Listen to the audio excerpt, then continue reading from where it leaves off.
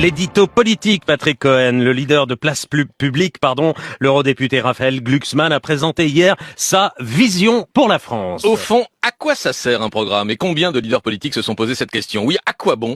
À l'heure où l'image, le slogan, le coup de colère, la prestance sur les plateaux télé pèsent 100 fois plus que n'importe quelle proposition argumentée. Raphaël Glucksmann fait le pari inverse, original et courageux, mais logique de la part de ce grand brûlé de la dissolution qui n'a été le champion de la gauche que durant 1 heure au soir du scrutin européen du 9 juin 2024 avec ses 13,8% des voix, avant qu'Emmanuel Macron ne lui vole la victoire et que la gauche fasse bloc dans un nouveau Front populaire doté d'un programme copie conforme à celui de LFI. C'était le seul disponible et c'est celui qui figure encore sur le site du Parti Socialiste. Voilà aussi à quoi sert un programme à ne dépendre de personne. Et à affirmer une identité politique. Ici celle d'une gauche social-démocrate, pro-européenne, écologiste, anti-Trump, anti-Mélenchon.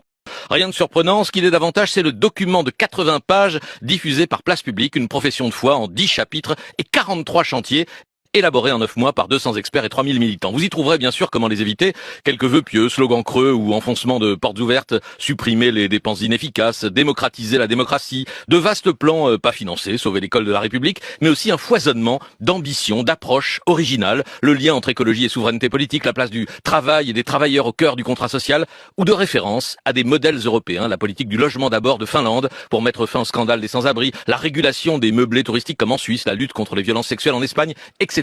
Encore plus rare, on peut y trouver des idées impopulaires comme la taxation accrue de l'héritage.